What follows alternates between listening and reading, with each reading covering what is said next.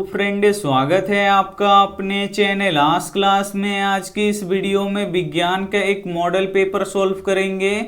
इस model paper में 40 काफी महत्वपूर्ण ऑब्जेक्टिव प्रश्न रहेगा, तो एक भी प्रश्न आप लोग स्किप मत कीजिएगा। वीडियो को प्लीज आप लोग शुरू से लेके अंत तक देखिएगा और इस 40 ऑब्जेक्टिव प्रश्न में से जो भी प्रश्न आपको याद ना हो तो प्लीज आप लोग उसे नोटबुक पे लिख के जरूर याद कर लीजिएगा। और चैनल को सब्सक्राइब नहीं किए हैं तो चैनल को सब्सक्राइब कर लीजिएगा और सब्सक्राइब करने के बाद एक बेल आइकन आता है तो बेल आइकन को दबा के ऑल पे कर लीजिएगा, ताकि जब भी लाइव क्लास हो तो आपके पास नोटिफिकेशन पहुंचता रहे।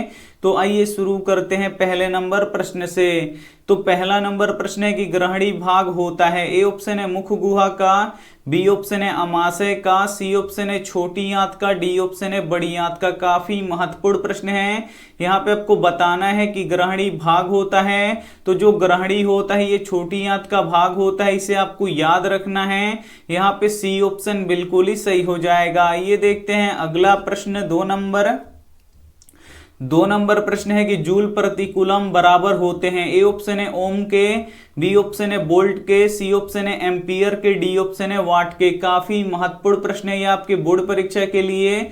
यहाँ पे आपको बताना है कि जूल प्रति कूलम किसके बराबर होता है, तो ये वोल्ट के बराबर होता है, इसे आपको याद रखना है। काफी महत्वपूर्ण प्रश्न है। यहाँ पे बी ऑप्शन बिल्कुल ही सही हो जाएगा। ये देखते हैं अगला प्रश्न, तीन नंबर प्रश्न है कि आकाश का रंग नीला किस कारण से दिखाई देता है। ए ऑप्शन है प्रकाश का प्रवर्तन के कारण से, बी ऑप्शन है प्रकाश का अपवर्तन के कारण से, सी ऑप्शन है प्रकाश का प्रकीर्णन के कारण से, डी ऑप्शन है प्रकाश का वर्णविक्षेपण के कारण से। तो यहाँ पे आपको बताना है कि आकाश का रंग नीला किस कारण से दिखाई देता है, तो प्रकाश का प्रकीर्णन के कारण से दिखाई देता है, इसे आपको याद रखना है। यहाँ पे सी ऑप्शन बिल्कुल ही सही हो जाएगा। एक प्रश्न ये भी पूछा जाता है कि किस रंग का प्रकीर्णन अधिक होता है, तो नीला रंग का प्रकीर्णन अधिक होता है, तो ये भी साथ में आपको याद रखना है। आइए देखते हैं अगला प्रश्न, चार नंबर प्रश्न है कि बायोगैस का मुख्य घटक है। ए ऑप्शन है मीथेन गैस, बी ऑप्शन है एथेन गैस, सी ऑप्शन है ब्यूटेन गैस, डी ऑप्शन है हाइड्रोजन गैस। तो यहाँ पे आपको बताना है कि बायोगैस का मुख्य घटक कौन सा है, तो बायोगैस का मुख्य घटक मीथेन गैस होता है, इसे आपको याद रखना है। यहाँ पे ए ऑप्शन बिल्कुल ही सही हो जाएगा। एक प्रश्न ये भी पूछा जाता है कि जो एलपीजी होता है इसका मुख्य घटक कौन सा गैस होता है, तो ब्यूटेन गैस होता है, तो ये भी साथ में आपको याद रखना है। आइए देखते हैं अगला प्रश्न, पांच नंबर प्रश्न है कि क्लोरोफिल वर्णक का रंग होता है। ए ऑप्शन है हरा, बी ऑप्शन है लाल, सी ऑप्शन है नीला, डी ऑप्शन है काला। तो यहाँ पे आपको बताना है कि क्लोरोफिल वर्णक का रंग कैसा होता है, तो हरा होता है, इसे आपको याद रखना है। यहाँ पे ए ऑप्शन बिल्कुल ही सही हो जाएगा। एक प्रश्न ये भी पूछा जाता है कि जो पेड़ पौधों की पत्तियां होती है वो हरी किस कारण से दिखाई देती है, तो इसी क्लोरोफिल के कारण से दिखाई देती है, तो ये भी साथ में आपको याद रखना है। और काफी महत्वपूर्ण प्रश्न है, तो एक भी प्रश्न आप लोग स्किप मत कीजिएगा। वीडियो को एकदम शुरू से लेके अंत तक देखिएगा और वीडियो को लाइक नहीं किए हैं तो प्लीज आप लोग वीडियो को लाइक भी कर दीजिएगा। आइए देखते हैं अगला प्रश्न, 6 नंबर प्रश्न है कि ताजे दूध का पीएच मान होता है। ए ऑप्शन है 4, बी ऑप्शन है 5, सी ऑप्शन है 8, डी ऑप्शन है 6। तो यहाँ पे आपको बताना है कि ताजे दूध का पीएच मान कितना होता है, तो 6 होता है, इसे आपको याद रखना है। काफी महत्वपूर्ण प्रश्न है ये आपके बोर्ड परीक्षा के लिए। यहाँ पे डी ऑप्शन बिल्कुल ही सही हो जाएगा। ये देखते हैं अगला प्रश्न, 7 नंबर प्रश्न है कि लेंस की क्षमता निकालने का सूत्र निम्नलिखित में से कौन सा है। ए ऑप्शन है P बराबर F, बी ऑप्शन है P बराबर 1/F, सी ऑप्शन है F बराबर 1/P, डी ऑप्शन है इनमें से कोई नहीं। तो यहाँ पे आपको बताना है कि लेंस की क्षमता निकालने का सूत्र निम्न में से कौन सा है, तो लेंस का क्षमता निकालने का सूत्र होता है P बराबर 1/F, इसे आपको याद रखना है। यहाँ पे बी ऑप्शन बिल्कुल ही सही हो जाएगा। एक प्रश्न ये भी पूछा जाता है कि लेंस की क्षमता का SI मात्रक क्या होता है, तो डायोप्टर होता है, तो इसे भी साथ में आपको याद रखना है। आइए देखते हैं अगला प्रश्न,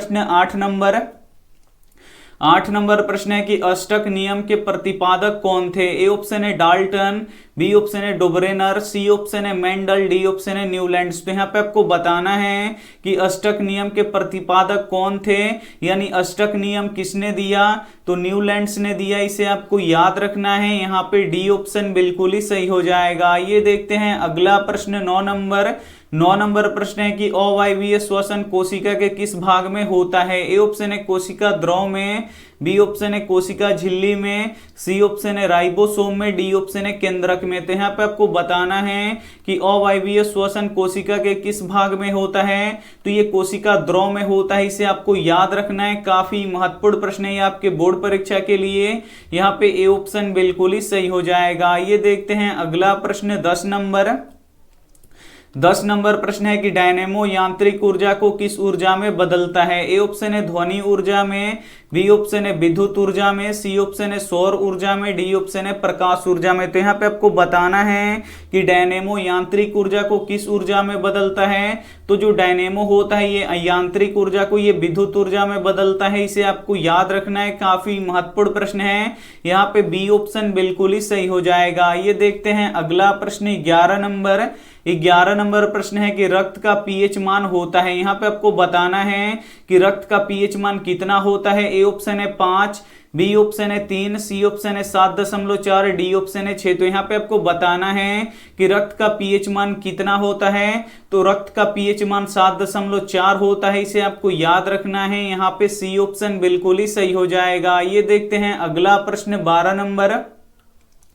12 नंबर प्रश्न है कि किस लेंस को अभिसारी लेंस कहते हैं। ए ऑप्शन है अवतल लेंस को, बी ऑप्शन है उत्तल लेंस को, सी ऑप्शन है समतल लेंस को, डी ऑप्शन है उत्तल दर्पण को। तो यहाँ पे आपको बताना है कि किस लेंस को अभिसारी लेंस कहते हैं। तो उत्तल लेंस को अभिसारी लेंस कहते हैं, इसे आपको याद रखना है। यहाँ पे बी ऑप्शन बिल्कुल ही सही हो जाएगा। और अवतल लेंस को अपसारी लेंस भी कहते हैं, तो ये भी साथ में आपको याद रखना है। आइए देखते हैं अगला प्रश्न 13 नंबर प्रश्न है कि परिपथ की सुरक्षा के लिए किस युक्ति का प्रयोग होता है। ए ऑप्शन है विद्युत फ्यूज का, बी ऑप्शन है एमीटर का, सी ऑप्शन है वोल्ट मीटर का, डी ऑप्शन है प्रतिरोध का। तो यहाँ पे आपको बताना है कि परिपथ की सुरक्षा के लिए किस युक्ति का प्रयोग होता है। तो विद्युत फ्यूज का प्रयोग होता है, इसे आपको याद रखना है। यहाँ पे ए ऑप्शन बिल्कुल ही सही हो जाएगा। और जो विद्युत फ्यूज होता है ये विद्युत धारा के ऊष्मीय प्रभाव पे कार्य करता है, तो ये भी साथ में आपको याद रखना है। आइए देखते हैं अगला प्रश्न 14 नंबर प्रश्न है कि विद्युत धारा उत्पन्न करने वाली युक्ति को क्या कहते हैं। ए ऑप्शन है जनित्र, बी ऑप्शन है गैल्वेनोमीटर, सी ऑप्शन है एमीटर, डी ऑप्शन है मोटर। काफी महत्वपूर्ण प्रश्न है ये आपके बोर्ड परीक्षा के लिए। यहाँ पे आपको बताना है कि विद्युत धारा उत्पन्न करने वाली युक्ति को क्या कहते हैं। तो जनित्र कहते हैं, इसे आपको याद रखना है। यहाँ पे ए ऑप्शन बिल्कुल ही सही हो जाएगा। ये देखते हैं अगला प्रश्न 15 नंबर प्रश्न है कि कोशिका भित्ति किसमें पाया जाता है। ए ऑप्शन है मछली में, बी ऑप्शन है पेड़ पौधों में, सी ऑप्शन है मनुष्य में, डी ऑप्शन है जानवरों में। तो यहाँ पे आपको बताना है कि कोशिका भित्ति किसमें पाया जाता है। तो कोशिका जो भित्ति होता है ये पेड़ पौधों में पाया जाता है, इसे आपको याद रखना है। यहाँ पे बी ऑप्शन बिल्कुल ही सही हो जाएगा। और कोशिका झिल्ली किसमें पाया जाता है, तो मनुष्यों में पाया जाता है, तो ये भी साथ में आपको याद रखना है। काफी महत्वपूर्ण 40 ऑब्जेक्टिव प्रश्न है, तो एक भी प्रश्न आप लोग स्किप मत कीजिएगा। वीडियो को एकदम शुरू से लेके अंत तक देखिएगा। और इसमें से जो भी प्रश्न आपको याद ना हो तो प्लीज आप लोग उसे नोटबुक पे लिख के जरूर याद कर लीजिएगा। और वीडियो को लाइक नहीं किए तो प्लीज आप लोग वीडियो को लाइक भी कर दीजिएगा। ये देखते हैं अगला प्रश्न 16 नंबर प्रश्न है कि जल दिवस कब मनाया जाता है। ए ऑप्शन है 20 मार्च को, बी ऑप्शन है 22 मार्च को, सी ऑप्शन है 20 अप्रैल को, डी ऑप्शन है 23 अप्रैल को। तो यहाँ पे आपको बताना है कि जल दिवस कब मनाया जाता है। तो जल दिवस 22 मार्च को मनाया जाता है, इसे आपको याद रखना है। काफी महत्वपूर्ण प्रश्न है। यहाँ पे बी ऑप्शन बिल्कुल ही सही हो जाएगा। ये देखते हैं अगला प्रश्न 17 नंबर प्रश्न है कि आत्महत्या की थैली के नाम से किसे जानते हैं। ए ऑप्शन है लाइसोसोम को, बी ऑप्शन है नेफ्रॉन को, सी ऑप्शन है वृक्क को, डी ऑप्शन है दिल को। काफी महत्वपूर्ण प्रश्न है ये भी आपके बोर्ड परीक्षा के लिए। यहाँ पे आपको बताना है कि आत्महत्या की थैली के नाम से किसे जानते हैं। तो लाइसोसोम को जानते हैं, इसे आपको याद रखना है। यहाँ पे ए ऑप्शन बिल्कुल ही सही हो जाएगा। ये देखते हैं अगला प्रश्न 18 18 नंबर प्रश्न है कि लेंस द्वारा उत्पन्न आवर्धन का SI मात्रक क्या है? ए ऑप्शन है मीटर, बी ऑप्शन है सेंटीमीटर, सी ऑप्शन है किलोवाट, डी ऑप्शन है मात्रक विहीन। तो यहाँ पे आपको बताना है कि लेंस द्वारा उत्पन्न आवर्धन का SI मात्रक क्या होता है। तो इसका SI मात्रक कुछ भी नहीं होता है, ये मात्रक विहीन होता है, इसे आपको याद रखना है। यहाँ पे डी ऑप्शन बिल्कुल ही सही हो जाएगा। और आवर्धन का फॉर्मूला क्या होता है? तो V/U होता है, तो ये भी साथ में आपको याद रखना है। आइए देखते हैं अगला प्रश्न 19 नंबर प्रश्न है कि एक स्वस्थ मानव नेत्र के लिए निकट तथा दूर बिंदु क्रमशः कितना होता है? ए ऑप्शन है 0 एवं 25 सेंटीमीटर, बी ऑप्शन है 0 एवं अनंत, सी ऑप्शन है 25 सेंटीमीटर एवं 250 सेंटीमीटर, डी ऑप्शन है 25 सेंटीमीटर एवं अनंत। तो यहाँ पे आपको बताना है कि एक स्वस्थ मानव नेत्र के लिए निकट बिंदु तथा दूर बिंदु कितना होता है। तो निकट बिंदु 25 सेंटीमीटर होता है, इसे आपको याद रखना है। और जो दूर बिंदु होता है वो अनंत होता है, तो इसे भी साथ में आपको याद रखना है। तो यहाँ पे डी ऑप्शन बिल्कुल ही सही हो जाएगा। आइए देखते हैं अगला प्रश्न 20 नंबर प्रश्न है कि विद्युतमय तार का रंग कैसा होता है? ए ऑप्शन है हरे रंग का, बी ऑप्शन है लाल रंग का, सी ऑप्शन है काले रंग का, डी ऑप्शन है गुलाबी रंग का। तो यहाँ पे आपको बताना है कि विद्युतमय तार का रंग कैसा होता है। तो ये लाल रंग का होता है, इसे आपको याद रखना है। यहाँ पे बी ऑप्शन बिल्कुल ही सही हो जाएगा। ये देखते हैं अगला प्रश्न 21 नंबर प्रश्न है कि तरंग दैर्ध्य को किसमें मापते हैं? ए ऑप्शन है जूल में, बी ऑप्शन है एंगस्ट्रॉम में, सी ऑप्शन है पास्कल में, डी ऑप्शन है मीटर में। तो यहाँ पे आपको बताना है कि तरंग दैर्ध्य को किसमें मापते हैं। तो तरंग दैर्ध्य को एंगस्ट्रॉम में मापते हैं, इसे आपको याद रखना है। यहाँ पे बी ऑप्शन बिल्कुल ही सही हो जाएगा। ये देखते हैं अगला प्रश्न 22 नंबर प्रश्न है कि बल का SI मात्रक क्या होता है? ए ऑप्शन है केल्विन, बी ऑप्शन है न्यूटन, सी ऑप्शन है वोल्ट, डी ऑप्शन है कूलम। तो यहाँ पे आपको बताना है कि बल का SI मात्रक क्या होता है। तो बल का SI मात्रक न्यूटन होता है, इसे आपको याद रखना है। यहाँ पे बी ऑप्शन बिल्कुल ही सही हो जाएगा। ये देखते हैं अगला प्रश्न 23 नंबर प्रश्न है कि इंद्रधनुष में कितना रंग दिखाई देता है? ए ऑप्शन है 10 रंग, बी ऑप्शन है 7 रंग, सी ऑप्शन है 12 रंग, डी ऑप्शन है 14 रंग। तो यहाँ पे आपको बताना है कि इंद्रधनुष में कितना रंग दिखाई देता है। तो इंद्रधनुष में 7 रंग दिखाई देता है, इसे आपको याद रखना है। यहाँ पे बी ऑप्शन बिल्कुल ही सही हो जाएगा। ये देखते हैं अगला प्रश्न 24 नंबर प्रश्न है कि 80% से अधिक कोशिका में क्या पाया जाता है? ए ऑप्शन है प्रोटीन, बी ऑप्शन है चर्बी, सी ऑप्शन है खनिज, डी ऑप्शन है जल। तो यहाँ पे आपको बताना है कि 80% से अधिक कोशिका में क्या पाया जाता है। तो जल पाया जाता है, इसे आपको याद रखना है। यहाँ पे डी ऑप्शन बिल्कुल ही सही हो जाएगा। ये देखते हैं अगला प्रश्न 25 नंबर प्रश्न है कि आवर्त सारणी में कितने आवर्त होते हैं? ए ऑप्शन है 7, बी ऑप्शन है 9, सी ऑप्शन है 8, डी ऑप्शन है 12। तो यहाँ पे आपको बताना है कि आवर्त सारणी में कितने आवर्त होते हैं। तो 7 आवर्त होते हैं, इसे आपको याद रखना है। यहाँ पे ए ऑप्शन बिल्कुल ही सही हो जाएगा। और वर्गों की संख्या कितनी होती है? तो वर्गों की संख्या 18 होती है, तो ये भी साथ में आपको याद रखना है। आइए देखते हैं अगला प्रश्न 26 नंबर प्रश्न है कि दाढ़ी बनाने में कौन सा दर्पण का प्रयोग होता है? ए ऑप्शन है समतल दर्पण का, बी ऑप्शन है उत्तल दर्पण का, सी ऑप्शन है अवतल दर्पण का, डी ऑप्शन है इनमें से कोई नहीं। तो यहाँ पे आपको बताना है कि दाढ़ी बनाने में कौन सा दर्पण का प्रयोग होता है। तो अवतल दर्पण का प्रयोग होता है, इसे आपको याद रखना है। यहाँ पे सी ऑप्शन बिल्कुल ही सही हो जाएगा। काफी महत्वपूर्ण 40 ऑब्जेक्टिव प्रश्न है, तो एक भी प्रश्न आप लोग स्किप मत कीजिएगा। वीडियो को प्लीज आप लोग शुरू से लेके अंत तक देखिएगा। और इसमें से जो भी प्रश्न आपको याद ना हो तो प्लीज आप लोग उसे नोटबुक पे लिख के जरूर याद कर लीजिएगा। ये देखते हैं अगला प्रश्न 27 नंबर प्रश्न है कि किस वर्ण का तरंग दैर्ध्य अधिकतम होता है? ए ऑप्शन है बैगनी रंग का, बी ऑप्शन है लाल रंग का, सी ऑप्शन है नीला रंग का, डी ऑप्शन है पीला रंग का। तो यहाँ पे आपको बताना है कि किस वर्ण का अर्थ क्या होता है? रंग होता है, यानी किस रंग का तरंग दैर्ध्य अधिकतम होता है। तो जो लाल रंग होता है इसका तरंग दैर्ध्य सबसे अधिक होता है, इसे आपको याद रखना है। यहाँ पे बी ऑप्शन बिल्कुल ही सही हो जाएगा। और जो बैगनी रंग होता है इसका तरंग दैर्ध्य सबसे कम होता है, तो ये भी साथ में आपको याद रखना है। आइए देखते हैं अगला प्रश्न 28 नंबर प्रश्न है कि विद्युत शक्ति का एसआई मात्रक क्या होता है। ए ऑप्शन है वोल्ट, बी ऑप्शन है वाट, सी ऑप्शन है जूल, डी ऑप्शन है कूलाम। तो यहाँ पे आपको बताना है कि विद्युत शक्ति का एसआई मात्रक क्या होता है। तो विद्युत शक्ति का एसआई मात्रक वाट होता है, इसे आपको याद रखना है। यहाँ पे बी ऑप्शन बिल्कुल ही सही हो जाएगा। ये देखते हैं अगला प्रश्न 29 नंबर। 29 नंबर प्रश्न है कि नमक का रासायनिक नाम क्या होता है। काफी महत्वपूर्ण प्रश्न है ये आपके बोर्ड परीक्षा के लिए। यहाँ पे आपको बताना है कि नमक का रासायनिक नाम क्या होता है। तो नमक का रासायनिक नाम सोडियम क्लोराइड होता है, इसे आपको याद रखना है। यहाँ पे बी ऑप्शन बिल्कुल ही सही हो जाएगा। और खाने का सोडा का रासायनिक नाम क्या होता है। तो सोडियम बाइकार्बोनेट होता है, इसे आपको याद रखना है। और धोने का सोडा का रासायनिक नाम क्या होता है। तो सोडियम कार्बोनेट होता है, तो ये भी साथ में आपको याद रखना है। आइए देखते हैं अगला प्रश्न 30 नंबर।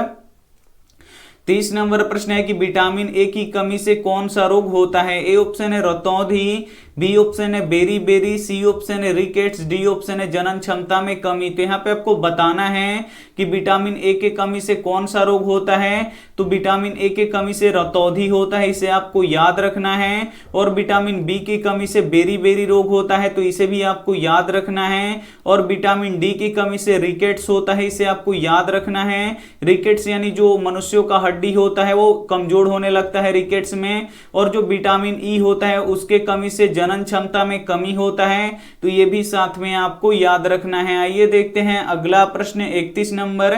31 नंबर प्रश्न है कि परावैंगनिक किरण के कारण मनुष्यों में कौन सा रोग उत्पन्न होता है। ए ऑप्शन है त्वचा कैंसर, बी ऑप्शन है एड्स, सी ऑप्शन है डेंगू, डी ऑप्शन है मलेरिया। तो यहाँ पे आपको बताना है कि परावैंगनिक किरण के कारण से मनुष्यों में कौन सा रोग उत्पन्न होता है। तो त्वचा कैंसर उत्पन्न होता है, इसे आपको याद रखना है। यहाँ पे ए ऑप्शन बिल्कुल ही सही हो जाएगा। ये देखते हैं अगला प्रश्न 32 नंबर।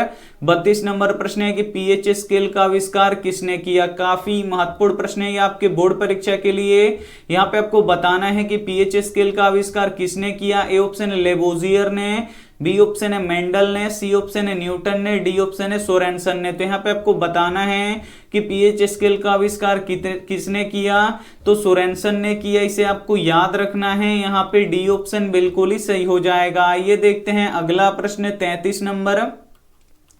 33 नंबर प्रश्न है कि आवृत्ति का एसआई मात्रक क्या होता है। ए ऑप्शन है हर्ट्ज, बी ऑप्शन है धारा, सी ऑप्शन है चुंबकीय क्षेत्र, डी ऑप्शन है बल। तो यहाँ पे आपको बताना है कि आवृत्ति का एसआई मात्रक क्या होता है। तो हर्ट्ज होता है, इसे आपको याद रखना है। यहाँ पे ए ऑप्शन बिल्कुल ही सही हो जाएगा।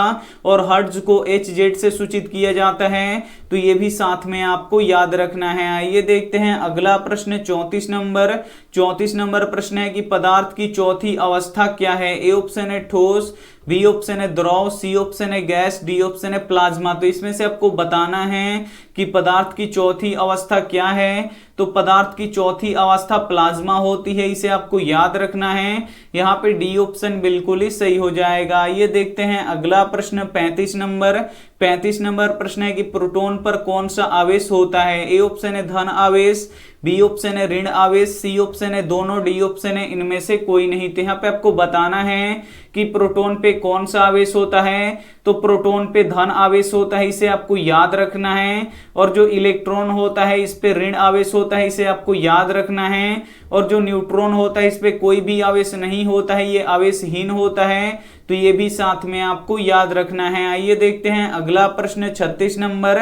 36 नंबर प्रश्न है कि कार की बैटरी में कौन सा अम्ल का प्रयोग किया जाता है। ए ऑप्शन है हाइड्रोक्लोरिक अम्ल, बी ऑप्शन है सल्फ्यूरिक अम्ल, सी ऑप्शन है अल्कोहल, डी ऑप्शन है आसुत जल। तो यहाँ पे आपको बताना है कि कार की बैटरी में कौन सा अम्ल का प्रयोग किया जाता है। तो सल्फ्यूरिक अम्ल का प्रयोग किया जाता है, इसे आपको याद रखना है। यहाँ पे बी ऑप्शन बिल्कुल ही सही हो जाएगा। और सल्फ्यूरिक अम्ल का जो सूत्र होता है वो होता है H2SO4, तो ये भी साथ में आपको याद रखना है। और ये जो हाइड्रोक्लोरिक अम्ल होता है ये हमारे पेट में बनता है। और हाइड्रोक्लोरिक अम्ल का फॉर्मूला क्या होता है। तो HCl होता है, तो ये भी साथ में आपको याद रखना है। आइए देखते हैं अगला प्रश्न 37 नंबर। 37 नंबर प्रश्न है कि चुंबकीय क्षेत्र रेखाएं होती हैं। ए ऑप्शन है खुली वक्र, बी ऑप्शन है बंद वक्र, सी ऑप्शन है आयताकार, डी ऑप्शन है त्रिभुजाकार। तो यहाँ पे आपको बताना है कि चुंबकीय क्षेत्र रेखाएं होती हैं, तो जो चुंबकीय क्षेत्र रेखाएं होती हैं ये बंद वक्र की तरह होती हैं, इसे आपको याद रखना है। यहाँ पे बी ऑप्शन बिल्कुल ही सही हो जाएगा। और जो चुंबकीय क्षेत्र रेखाएं होती हैं ये हमेशा उत्तरी ध्रुव से निकलकर दक्षिणी ध्रुव में प्रवेश करती हैं, तो ये भी साथ में आपको याद रखना है। आइए देखते हैं अगला प्रश्न 38 नंबर। 38 नंबर प्रश्न है कि किसी जीव की जीनी संरचना कहलाती है। ए ऑप्शन है फेनोटाइप, बी ऑप्शन है जीनोटाइप, सी ऑप्शन है जेनेटिक्स, डी ऑप्शन है युग्मक। तो यहाँ पे आपको बताना है कि किसी जीव की जीनी संरचना कहलाती है तो जीनोटाइप कहलाती है, इसे आपको याद रखना है। यहाँ पे बी ऑप्शन बिल्कुल ही सही हो जाएगा। आइए देखते हैं अगला प्रश्न 39 नंबर। 39 नंबर प्रश्न है कि सभी अम्लों में पाया जाता है। ए ऑप्शन है ऑक्सीजन, बी ऑप्शन है हाइड्रोजन, सी ऑप्शन है कैल्शियम, डी ऑप्शन है नाइट्रोजन। तो यहाँ पे आपको बताना है कि सभी अम्लों में क्या पाया जाता है, तो सभी अम्लों में हाइड्रोजन पाया जाता है, इसे आपको याद रखना है। यहाँ पे बी ऑप्शन बिल्कुल ही सही हो जाएगा। आइए देखते हैं अंतिम प्रश्न 40 नंबर। 40 नंबर प्रश्न है कि मनुष्यों में आयोडीन की कमी से कौन सा रोग होता है। ए ऑप्शन है रतौंधी, बी ऑप्शन है स्कर्वी, सी ऑप्शन है रैबिस, डी ऑप्शन है घेंघा। तो यहाँ पे आपको बताना है कि मनुष्यों में आयोडीन की कमी से कौन सा रोग होता है, तो घेंघा रोग होता है, इसे आपको याद रखना है। काफी महत्वपूर्ण प्रश्न है ये आपके बोर्ड परीक्षा के लिए। यहाँ पे डी ऑप्शन बिल्कुल ही सही हो जाएगा। इस मॉडल पेपर के हम आपको 40 काफी महत्वपूर्ण ऑब्जेक्टिव प्रश्न बता चुके हैं जो आपके बोर्ड परीक्षा के लिए काफी महत्वपूर्ण था। तो इसमें से जो भी प्रश्न आपको याद ना हो तो प्लीज आप लोग उसे नोटबुक पे लिख के जरूर याद कर लीजिएगा। और वीडियो को लाइक नहीं किए तो प्लीज आप लोग वीडियो को लाइक कर दीजिएगा और टाइम टू टाइम आप लोग इस वीडियो का आप लोग रिवीजन करते रहिएगा। आइए देखते हैं यहाँ पे होमवर्क प्रश्न। होमवर्क प्रश्न का जवाब आपको कमेंट बॉक्स में देना है कि प्रकाश संश्लेषण के लिए क्या आवश्यक होता है। यहाँ पे आपको बताना है कि प्रकाश संश्लेषण के लिए क्या आवश्यक होता है। ए ऑप्शन है क्लोरोफिल, बी ऑप्शन है कार्बन डाइऑक्साइड, सी ऑप्शन है सूर्य का प्रकाश, डी ऑप्शन है ये सभी। तो इसमें से जो भी ऑप्शन आपको सही लगे ये आप हमें कमेंट करके जरूर बताइएगा। और वीडियो को लाइक नहीं किया तो प्लीज आप लोग वीडियो को लाइक कर दीजिएगा, अपने दोस्तों के पास इस वीडियो को जरूर शेयर कीजिएगा। और चैनल को सब्सक्राइब नहीं किए तो चैनल को सब्सक्राइब करके साथ में बेल आइकन को ऑल पे दबा लीजिएगा ताकि जब भी लाइव क्लास हो तो आपके पास नोटिफिकेशन पहुंचता रहे। Thank you for watching. मिलते हैं अगले वीडियो में, तब तक अपना ध्यान रखिए, मन लगा के पढ़ाई कीजिए। Take care and bye.